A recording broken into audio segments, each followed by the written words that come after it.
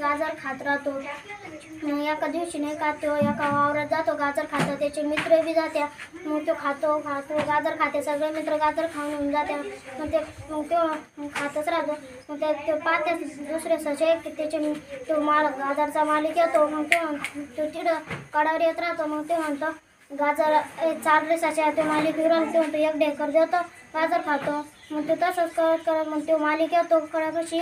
मग सगळे ससे पळून जात्या, ह्यो बी पळायला लागतो पण याला पळताच येत नाही। मग ते चालतो पळतो। मग ते उसाची उडी आणत्या, तर ह्यो उडी आण पाहतो, याला उडीच आणता येत नाही।